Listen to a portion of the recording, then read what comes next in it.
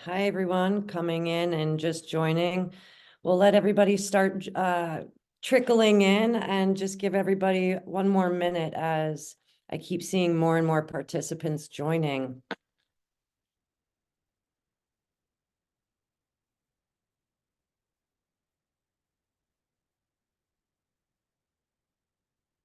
Awesome.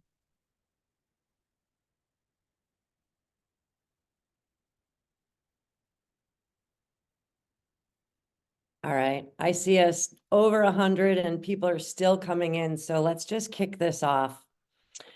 Welcome to today's webcast around fostering a culture of growth. We are really excited that you all are joining us today to discuss tips on building employee strengths. We have a really packed agenda and some expert panelists that are eager to discuss these topics. So let's just dive in. Just want to first start with some housekeeping.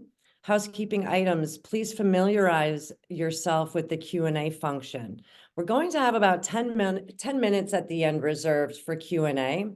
So if you have any questions, please drop them into the Q&A now or as we're going through this webcast.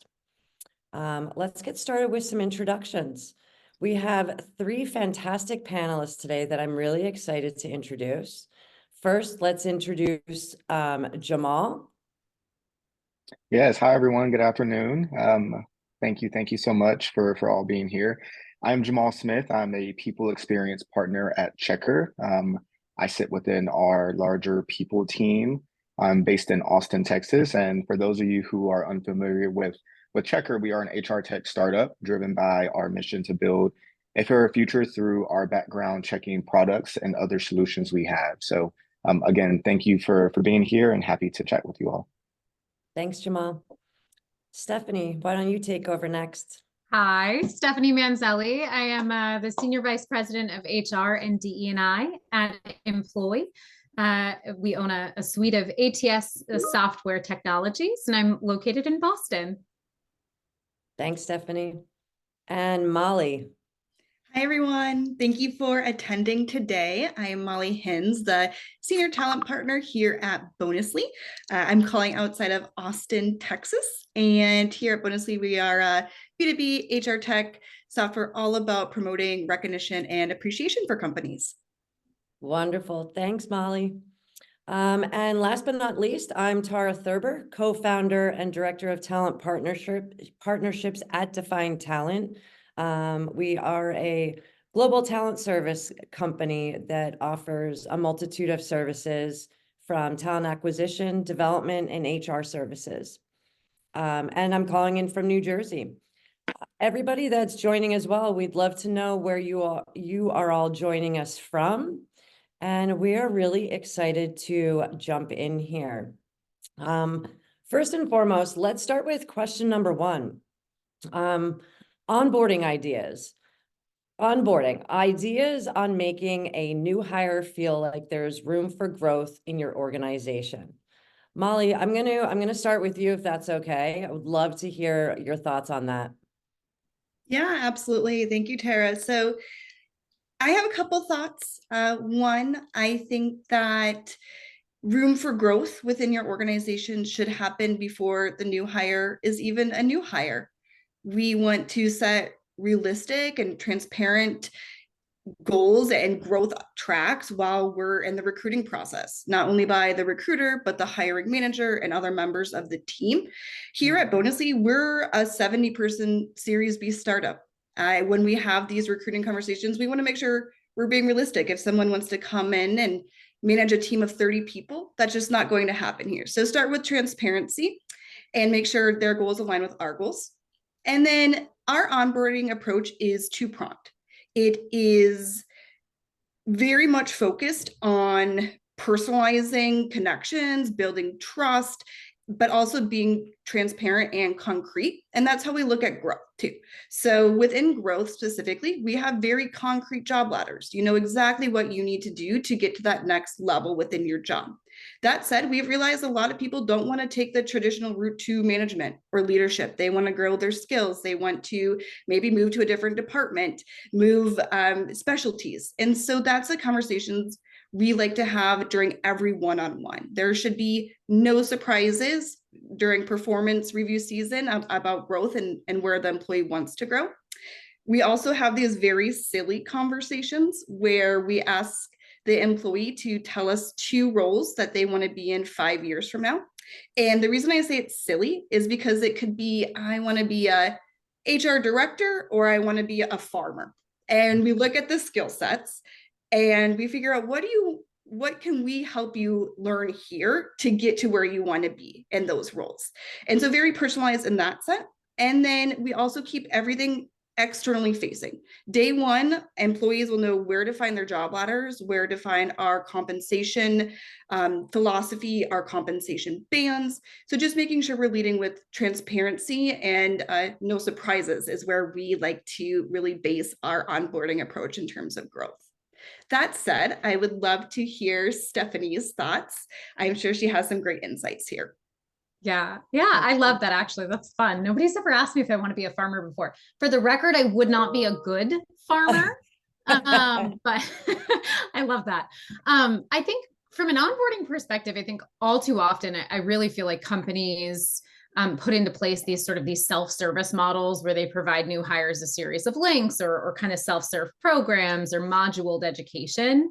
And I think there's a time and a place for that. But for us, we've moved, kind of to this more and more of a white glove service sort of model. So for us, there's sort of this full employee enablement program that we've started and we continue to iterate and put into place, which really kind of empowers new hires to really learn the organization and their role. Similarly, we've used things like new hire champions or cultural ambassadors to support a new hire with questions or concerns, or just honestly really how to navigate an organization while they're still so new and trying to figure out kind of all the politics and all of those things. But I think, regardless, the most important piece to establishing a really thoughtful and thorough onboarding process, it has to take the uniqueness of your company into account, who you are, what's your culture. And I think when it comes to orienting new hires to all of the developmental programs and the compensation structures and sort of those internal mobility programs, that goes back to the enablement piece. Our role in the people function is really to enable employees who work for our company to be able to do their job every day and to understand how to navigate the org. So, of course, we've done a lot of similar things, but I would echo a lot of your sentiments. Stephanie, I love that. And Molly, love what you're doing too. And just to kind of hop onto that white glove service, so important. It's all about the experience nowadays for onboarding employees and making them feel as if they're part of that team from day one or pre-day one even. And doing that. And, it's so important to give that to new employees to make them feel, like you had said too, Stephanie, empowered to own the role that they're walking into. Yeah. Awesome. Thank you both so much. Let's hop into question number 2. Best practices for introducing an employee professional development program. Jamal, I'd love for you to take this one. Yeah, absolutely. Thank you. There are tons of best practices we can think of in terms of introducing professional development programs to employees. But at Checkr, there are a few that are pretty top of mind and key for us. First, understanding the business need, I think, is very crucial before you are introducing a professional development program to your employees. And that means determining what it is you're trying to solve for. What's the problem? Where are the gaps? And what outcomes are you seeking with this program? So that way you're not just putting a program in front of your employees just to have a program. So really tying it back to the business needs. I think it's absolutely important to make sure that there is some alignment with your business objectives as well. And even team objectives. So that way you're bringing everybody together and they know exactly what this program is meant for. And I would also say that it's important to educate your people managers on the various aspects of the development program. We have to lean on our people managers to really drive home a lot of our programs. And at times we really do depend on them to be our chief repeating officers and putting that information in front of their team. So, if we can get these programs in front of our people managers and really educate them before we introduce it to all employees, that brings our managers in as stakeholders, but then it also enables them to really support their teams and encourage participation throughout the program. I would also just add a little bit, with Checkr, like I said, these things are top of mind and key for us. And our professional development programs, they are all either anchored to our company goals, or they are, directly designed because of feedback that we receive from our engagement surveys. So really take the time to understand what it is your business is wanting to accomplish, but then what are your employees wanting? Listen to what they're adding in those engagement surveys and try to put out programs that are important to them and relevant and timely for them. And I think that will ensure long-term success and effectiveness. I love that, Jamal. Thank you so much. And just kind of leading into that as well, or leaning off of that as well, is, what are ways to get employees to use the employee professional development programs? Because getting them in place is great. You've listened to them. Now, how do you get them to use them? Yeah. If only there was such thing as, paid time off to complete programs. I know a lot of us, we have, our paid volunteer time off and our flexible PTO programs. And a lot of the times, the number one thing we see in our surveys is, employees, they understand that we have these programs for them, but time is always something that they just don't have to fully immerse themselves in our programs. So you have to be creative sometimes. Whether that is, sending people on your people team to the teams to really, spend the time embedding that program within their monthly team all hands or their monthly team meetings, really getting creative. I'll use our CFO org here at Checkr as an example. They run their own career day every year, and they invite several different stakeholders throughout the company, and the people team is involved in that also. That's our opportunity to get in front of them and share any upcoming programs we have going on, kind of make sure that they're tying our development programs back to their career day. So really getting creative and seeing what else is going on throughout your company if your employees are telling you that they just don't have time to participate in these programs. I would also add a couple of other things, making sure that the program is accessible. We implemented a learning stipend program a couple of years ago. And part of the reason why we implemented that stipend was because every employee had access to this benefit. But for some employees, coming out of pocket to pay for a continuing education course or a professional development course, it's not feasible. So we implemented a prepaid perk through a platform that we introduced to all employees. So they all have access to this learning stipend. They can use it throughout the year. So again, going back to that being creative and ensuring that, you're getting in front of your employees where they are, but then you're also making it accessible and timely for them as well. Awesome. Thanks, Jamal. That's so important. Stephanie, what are your thoughts? Well, I agree with so much of that. I think one of the things I heard you saying was really tying it in with the business strategy. And I think that's the thing for me that kind of reigns supreme. I really do believe that there is a time and a place for all different types of learning and development programs, proprietary learning content, third-party curated content, stipend programs. But at the heart of it, unless you have a really strong program with really thoughtful parameters, I don't always think that they're successful. And so we have to think about, what are we trying to accomplish as a business? Is the programs that we have in place, or are the programs that we have in place, tied to business objectives, talent gaps, looking, a year down the road, what does the organization look like? And what are those things that we need to develop?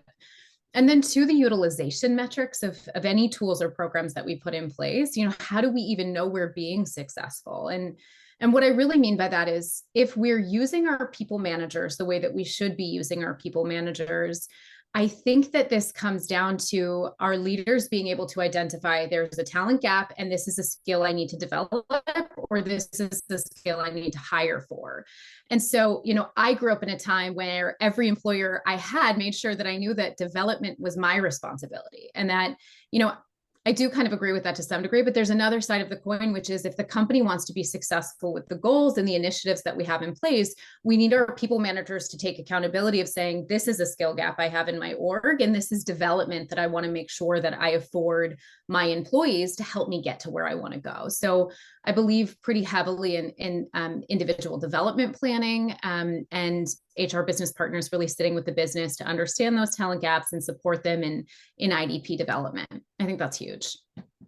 I think that's huge too, Stephanie. And it's also important to make sure those managers are seeking within to help build those employees, to develop them, rather than letting them stay where they are and just keep hiring too, right? It's about building and cultivating that internal growth. So important.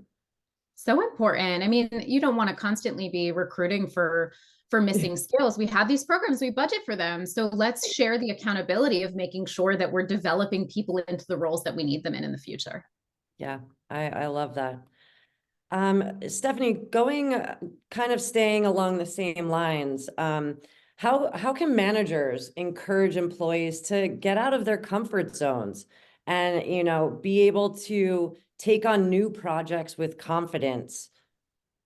Yeah, that's a really good question. It's a hard one for me to answer because I'm the person that loves to jump into the deep end. I love to be just like a little overwhelmed. Yeah.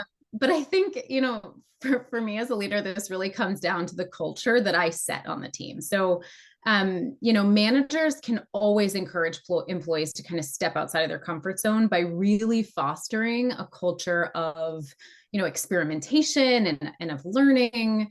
They need to be providing opportunities for growth and development while they're still also offering that sort of support and guidance. As a project or an initiative is completed, I think that there are key intervals that we need to be celebrating successes, celebrating risk-taking, celebrating innovation. We're starting to develop that sort of psychological safety on a team. I feel like the pathway of destruction and chaos is kind of always paved with the best of intentions. So open communication, constructive feedback, all of that happening along the way also really helps employees kind of feel more comfortable with exploring new things. It all goes back to making an environment where it's okay to fail. Mistakes can be wins and good learning opportunities as well. I think the only other thing I'll say is, as leaders and in the HR space or otherwise, we need to be the safety net for our teams. We can't expect somebody to try something new with very little guidance or awareness and be successful at it. And so I think the first time in, it's hard work for us as leaders to delegate those new things and to really get people to try things outside of their comfort zone. So as much as we can lead by example and as much as we can provide incremental feedback, I truly believe that's how we'll be successful. I couldn't agree more, Stephanie. Thank you so much. Yeah, of course. Last question here is the important role of recognition and feedback in an employee's growth. Molly, let's start with you on your thoughts on that one. Yeah, thank you, Tara. And Stephanie, there was something you said that really resonated with me, and that is celebrating your mistakes and creating that safety in your culture. And that's something we try to enable here. And that ties back to feedback and recognition as well. I think that if you want to grow and have these conversations where you're innovating and trying to catch your blind spots and people are trying new things, naturally you're going to have mistakes. One thing we love to say here is not every day is going to be a good day as well. So let's celebrate some of those not so good days. But in terms of recognition and feedback specifically, I think that there's been a few things that have happened the last few years. I think one of the biggest things we've noticed is that in the tech sector, there have been a lot of layoffs and teams have had to adjust to smaller teams, maybe different work that they weren't doing before, different skill sets. There has been some uncomfortableness that's been happening. And I think recognition plays a vital part, especially during those circumstances. There are a lot of small wins to get to a big win. And I think it's great to celebrate each step of the way. Small thank you also goes a long way.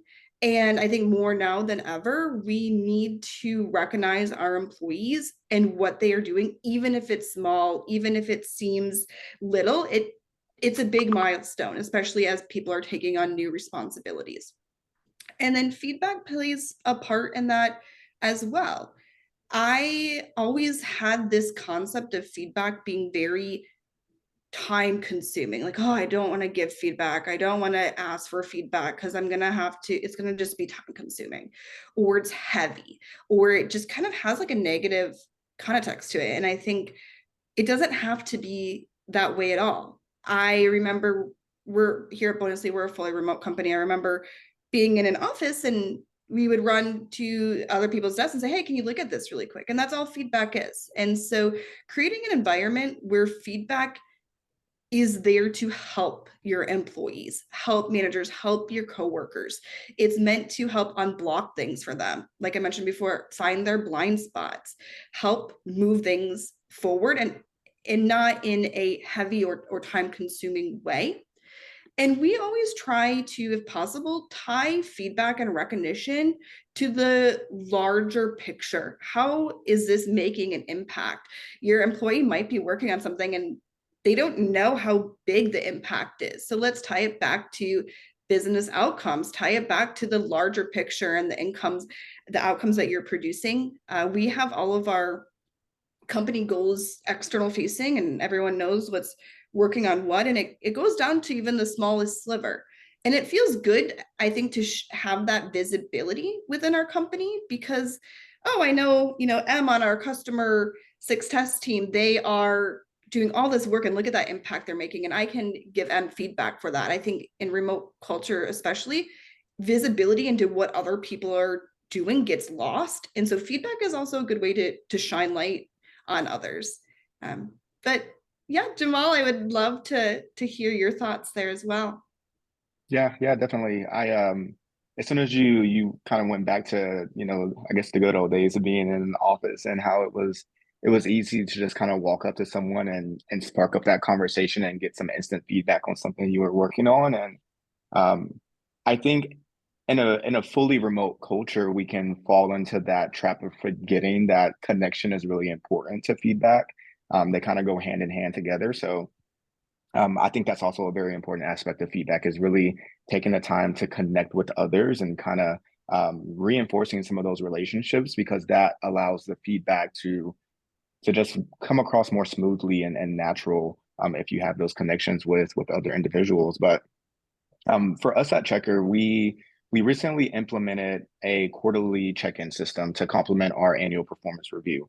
And this was very intentional. It was very strategic and tied back to some of our business strategies. But our quarterly check-ins are meant to bring our managers and their teams together to discuss feedback related to their performance, their goals, the impact they're making on the business, but then also their professional development as well. So these quarterly check-ins are meant to spark up those conversations and have that continuous loop of feedback throughout the year.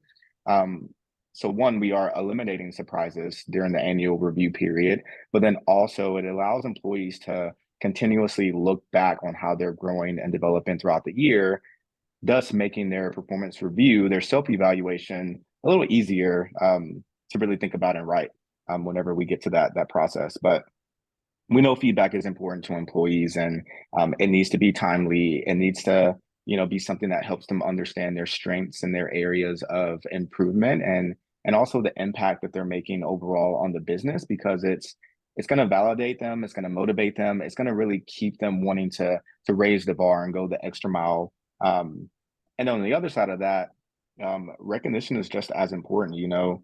Molly, she has some really great points, and I think there is sometimes an assumption that merit equals recognition. It's not always about, that merit increase and that promotion, but how can we also recognize our employees? Is it during an all hands? Is it, during an email and kind of shouting out something that they did that was above and beyond? And maybe it was a cross-functional project they were working on that led to, closing on a new deal for the business. So really getting creative with how we recognize our employees. It's not always about the money. And for many of us, it's, that ongoing recognition is it far outweighs a merit increase or a promotion.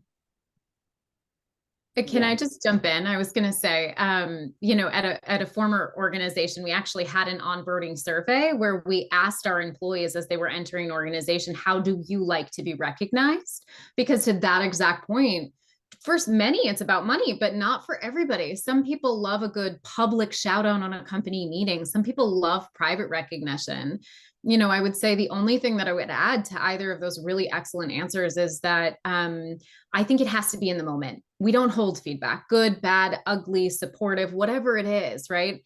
They're based in behaviors. That's how we learn as humans, is our behaviors, reinforcing the positives, course correcting the negatives.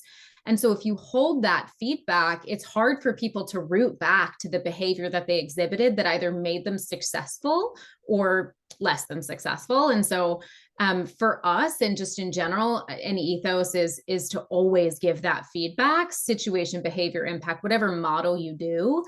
What is the behavior that the individual exhibited that led to the success, so that you can continue to replicate that in the future? Yeah. I would also just quickly shout out that Bonusly is a great tool to use to share that feedback with others. And it's definitely something that I take advantage of pretty often at Checkr. It is. It's my favorite, actually. Oh, thank you both. We appreciate that. We are all about feedback and recognition. And so thank you too. I think it plays a part in the timeliness and the constant feedback. So thank you both. I really appreciate that.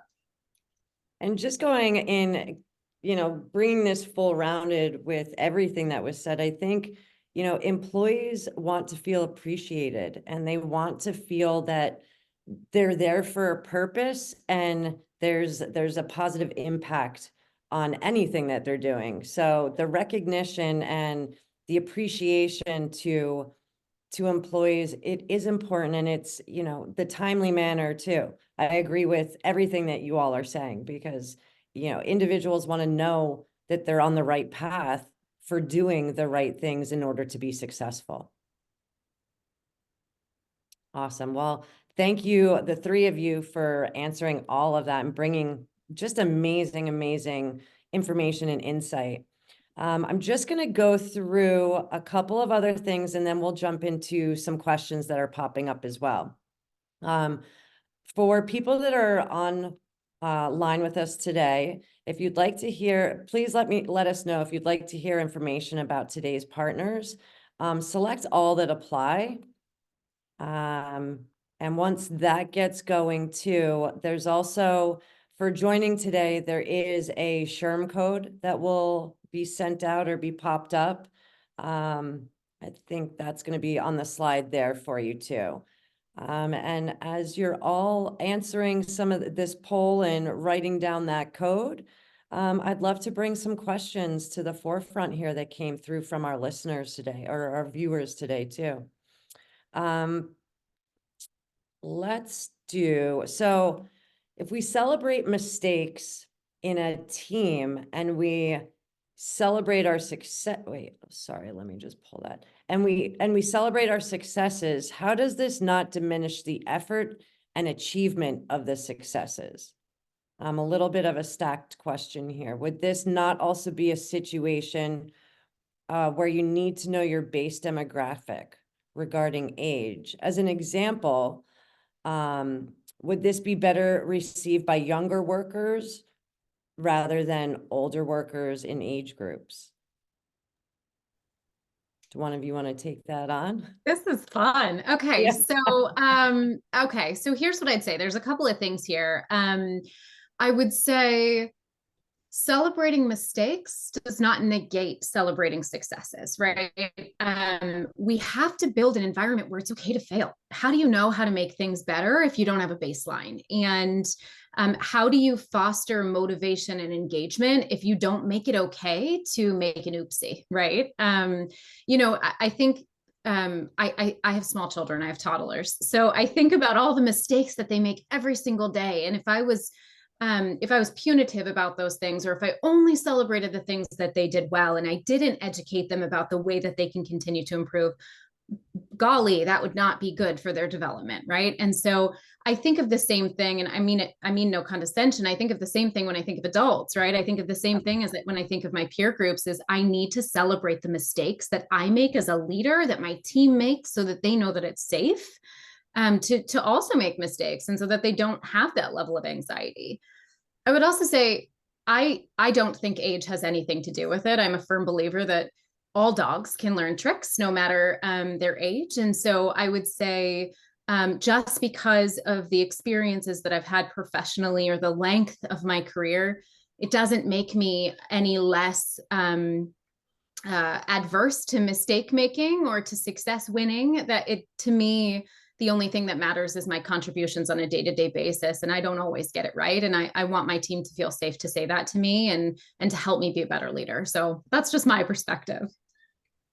Something to add on there, something that you said earlier that really stuck out to me, especially with this question, is learning how to celebrate these things as well in terms of personal preference. We also have similar conversations where we want to understand how do employees receive feedback best? What do they prefer in terms of recognition? We even have get to know your team meetings where employees fill out a form, and it has, like I mentioned before, some silly questions too. Do you want your meetings in the morning or in the afternoon? You learn really quickly that probably isn't best to, give feedback to me first thing in the morning or schedule meetings first thing in the morning. And so I think it all comes down to learning your team and what is going to make an impact to them and what they prefer on a very individualized approach. Love that, Molly, too. And, also I always look at it as failures lead to individual evolution. You grow from failing. If you don't fail, how do you know where the growth can even take you beyond that? And I feel that way with my employees, my team, I mean, my children, everybody that I'm surrounded by. I always find too, we've got these ups and downs, right? These successes and the failures. And at times when if there's a failed attempt, when you're down in that, that's where you can get creative and learn. And that's where opportunity is to really then grow and take it to another level. I really love that. I was just thinking about change management, and I think we can probably all agree that there's been a project we've worked on that has just not gone well, whether usually falls somewhere down in the communication plan area or like the training piece, but there's always a project. There's always something we've implemented and it didn't go well. That's what I consider a mistake and a failure, right? But those are the good ones. Because if we don't have that sort of that pendulum or that low point, how do we know how to better plan for the future, right? How do we know how to make the project better or communicate differently or know our audience in more depth? So when I say things like, I like to celebrate a good old-fashioned failure, these are the things I'm talking about, because it makes my next attempt and the attempt of those around me better, more thoughtful, stronger, more inclusive.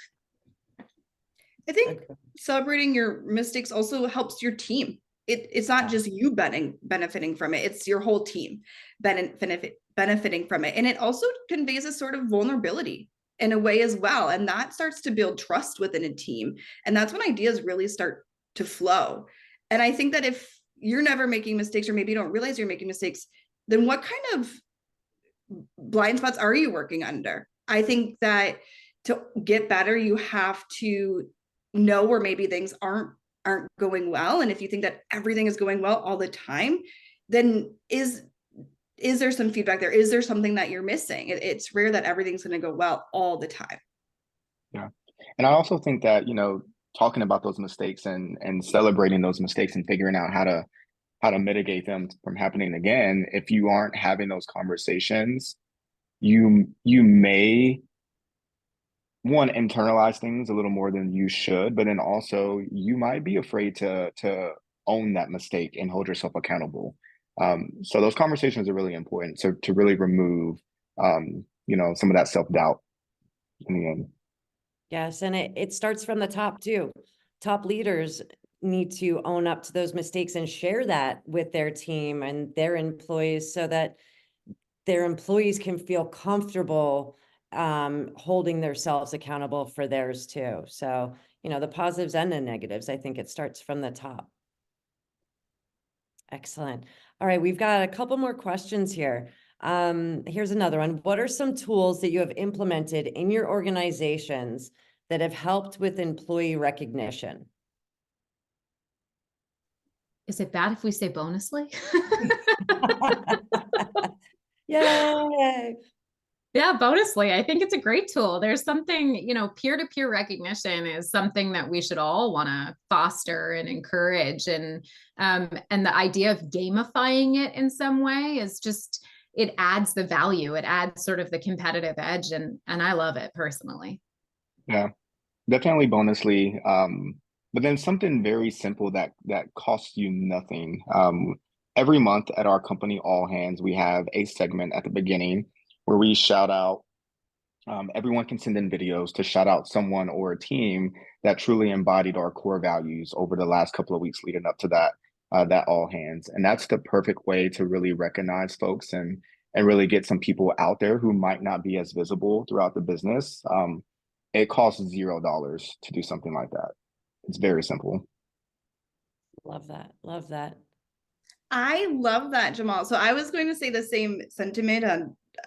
We have weekly all hands, and at the beginning of weekly all hands, we do our wins and we celebrate and we shout each other out. And it's free and it's easy. But I love how you do it, maybe a more elevated version of that. You mentioned at the end of each month and actual videos. I think that's a way maybe for us to even elevate it.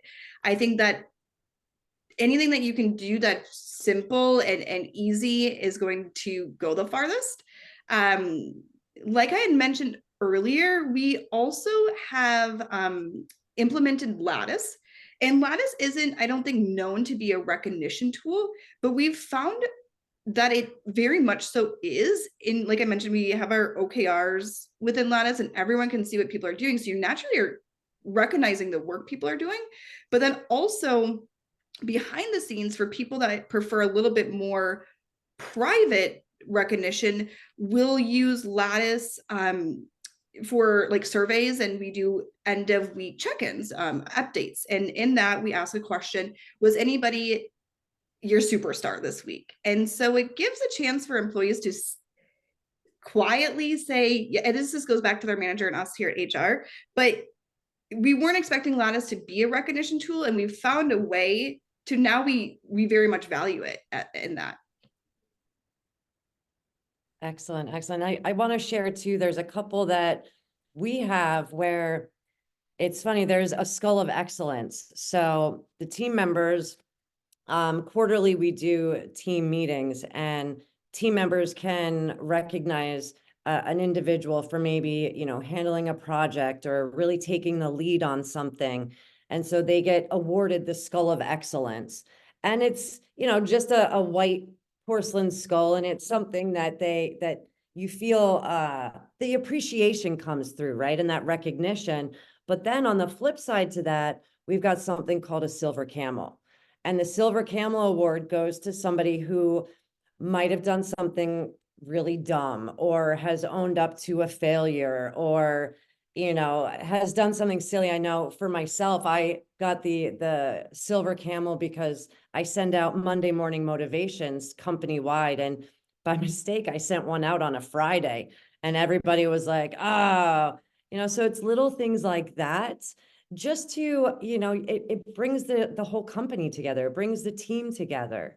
And then there's also something that we created with company swag, t-shirts, stuff that has the company logos on it where, and this is peer-to-peer recognition. So if you're working with somebody and as an employee, you're given 3 tokens at the start of the year. And if you're working with somebody or you see something in an employee that you want to just say thanks, you can give them a token, and eventually they can buy tokens through our Shopify that has all of our swag for the company. So they can go and just buy company swag through it. So again, it's a nice little way to show appreciation. It doesn't take a lot, but it's something that I feel individuals feel that appreciation through. I love that. For us, one of the things that we just did, or that we implemented this year, was utilizing one of our monthly company meetings, our monthly all hands, to go round robin with celebration. So every one of our ELT members worked with their teams to build out a really thoughtful slide of everything that was accomplished in a quarter, because I think we all get stuck heads down in what we're delivering every single day, and we forget that executing against 1,000 tickets on an HR operations team is a pretty incredible feat for a 3-month period, right? So, I mean, those are just fake numbers, but for us, that was something that we did, and the energy on that call and the clapping and the reacting was incredible. And I think we just forget that's free. That takes no effort. It just takes a minute to think and pull it together. So I'm a huge proponent of that type of stuff. Love that. All right, let's get back to some more questions here. This is an audience question. What are your favorite external pro development courses, podcasts, etc.? Anybody want to take that one? That's a good one. For me lately, it's been podcasts because it's something I can put on in the background while I'm working. Kind of going back to that there's never enough time in a day to really, close the work and really, lock in on a course. So the podcasts are always easy for me. I listen to HR Brew. One, to just know what's happening in the industry and what's happening, with other companies and what's happening, among tech, but then also to just have something that's relatable while I'm doing the work, and it might spark an idea, and I'll take that back to my manager and we'll get to talking, and it'll lead to us, embedding that idea into one of our programs. So yeah, that's one of my favorites right now. Definitely. Thanks for sharing, Jamal. Stephanie, Molly, do you have anything to add to that?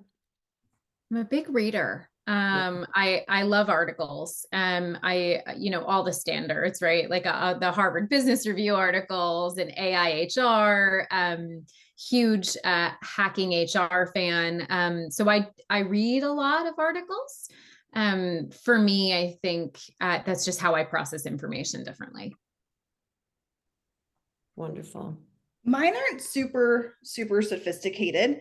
It's more of a wake up and have my coffee and reading. A huge reader, see what's happening. On a more sophisticated note, we have a platform called Hone, and Hone offers training courses, and you can sign up for them. And they're courses on anything else you want, anything you want to know: better leadership practices, better HR practices, better how to deliver feedback better, whatever the case. So I really like this platform because I have a list of classes. I select my list, I grab my coffee, and I sit back and I watch, and it's very easy and very simple, but I've really enjoyed using Hone so far.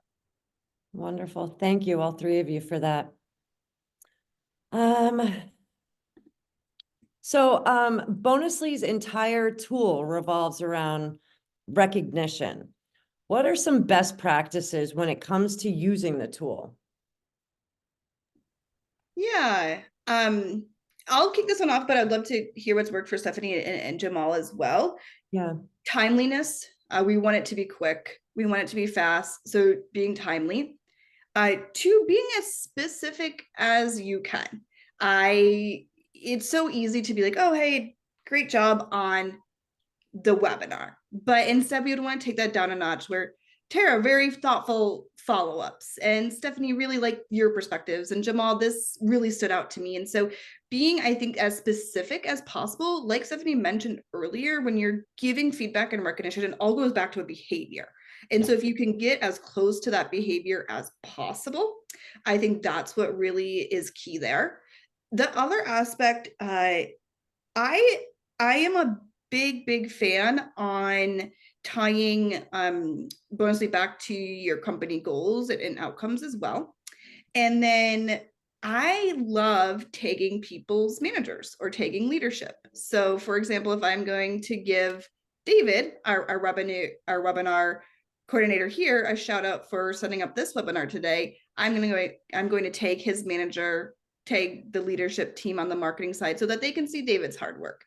So long story short, visibility, outcomes, quick, specific feedback.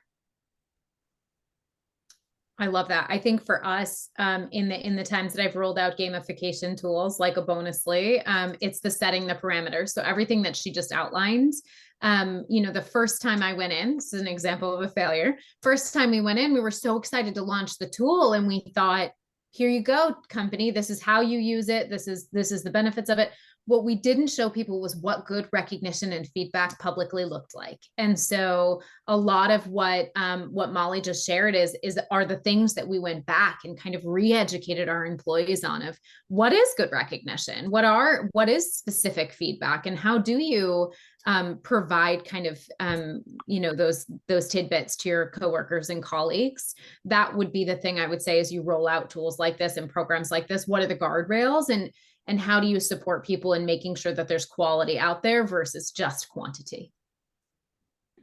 Yeah, I like with Bonusly for us, it has to be tied to a core value whenever you were recognizing that individual or that team. So it really gets you to think about what they did that truly aligns back to the business. Another feature in Bonusly I love, and this is really great for managers who have larger teams. If you find yourself, maybe you are always recognizing the same 2 or 3 individuals, there's a way in Bonusly for you to kind of see where your recognition is leaning within the team, and you can really think about and pay more attention to those other people on the team that, they aren't getting as much recognition. So it really forces you to really look across your entire team to make sure you are looking at, what everyone is accomplishing, because someone can be recognized for something that they're doing. Excellent. Love all of that. Love that about Bonusly too. Couple more questions I've got left are, first one, would you recommend learning tools for your employees like Degreed or Udemy? Absolutely. And I quickly jumped in because we used Degreed, and that was our learning stipend program that I was referring to earlier. I didn't want to do too much of a shout out, but we have been using Degreed now for about 2 years, and it's been wonderful for us. Excellent. Thanks, Jamal. I think, yes, I would recommend tools, but again, I think this has to be about how you intend to utilize it. We can spend money and we can implement a tool and we can put a thumbs up and we can all say we have an L&D program, right? But unless you find a way to encourage utilization, unless you carve out the time and the expectation for people managers to do continuous development, unless you utilize the tools that you implement, they're not worth it, right? And so I think I encourage it. I am a huge proponent of it, but in equal measure, you have to have guardrails. You have to have a utilization program. You have to be partnering and placing accountability on your customer success managers to support you in driving internal utilization. But then you also have to have the measures of success, and only your business can define what those measures of success are. Awesome. I personally have never used Degreed. I've heard great things about it. Our professional development, our learning development, it's a stipend. And so, yes, I would suggest these. But really, our employees have the freedom with that professional stipend to do what works best for them. And so, like Stephanie mentioned, really focus on what does the team need and utilization. It could be where we would recommend Degreed, but maybe someone on the team really needs a certification in so-and-so or this, and it's going to make their life easier that way and make more of an impact. So I've heard fantastic things, but not something we internally focus on. It's more so what's going to work best for the employee in that sense. Perfect. Thanks for sharing, all three of you. I want to go back really quickly with, I think this might be our last question here, but going back to feedback, for the three of you, how do you deliver negative feedback or constructive feedback to your employees so that it doesn't hurt their performance in the workplace? This is hard, and it's different based on every employee and personality. My ethos is always to focus on good to great, or baseline to good, right? It's what is the impact? So I do follow situation, behavior, impact. I often bring up the scenario, ask the employee their perspective of how something went, how they feel that it can be improved. And then I use that as an opportunity to jump in and course correct in my perspective as well. You know, perhaps an employee thought a meeting went well that went very poorly, or I received very bad feedback about how an employee presented their data. For me, I can hear, what was your logic as you pulled this together, so that I'm rooted in context for their perspective of the scenario. And then I course correct that based on what I need to see in the future, or what the business needs to see in the future. So I always focus on situation, behavior, impact, and the good to great model. So this was okay, but this is where we need to go to really hit expectations. Yeah, that's always been our guidance too for our managers and how we help them have those conversations. But before you can get to the conversation with your manager, the employee has to recognize what didn't work well. So within our quarterly check-ins, there is a part of that where they really do have to reflect on what didn't go well in the last quarter, and what actions are you going to take to ensure that it doesn't happen, or you can improve in the next quarter. And then they can go and have that conversation with their manager with that guidance that we provided them. So kind of back to what we said earlier, it's important to talk about those failures and the mistakes, because it only makes you better and as you grow in your role. Yeah, I would agree with both those sentiments. We feedback is a skill that is learned and can be developed, and so we try to equip our managers with structure and templates and talking things through. But we always want to focus on leading with trust and intent. We know that the employee is not leading, meaning bad intent by any of these things. So it's really gaining an understanding and leading with intent, and then figuring out what can we do better next time. And let's get into specifics here and make it a conversation. We never want anyone to feel like they're being talked at or talked down. It's supposed to be a two-way conversation. And to do that, you need to stay very calm, stay, specific, take the emotions out of it, but also remind yourself that this employee is a person, and the feedback itself is not personal, but let's lead with grace and empathy as well.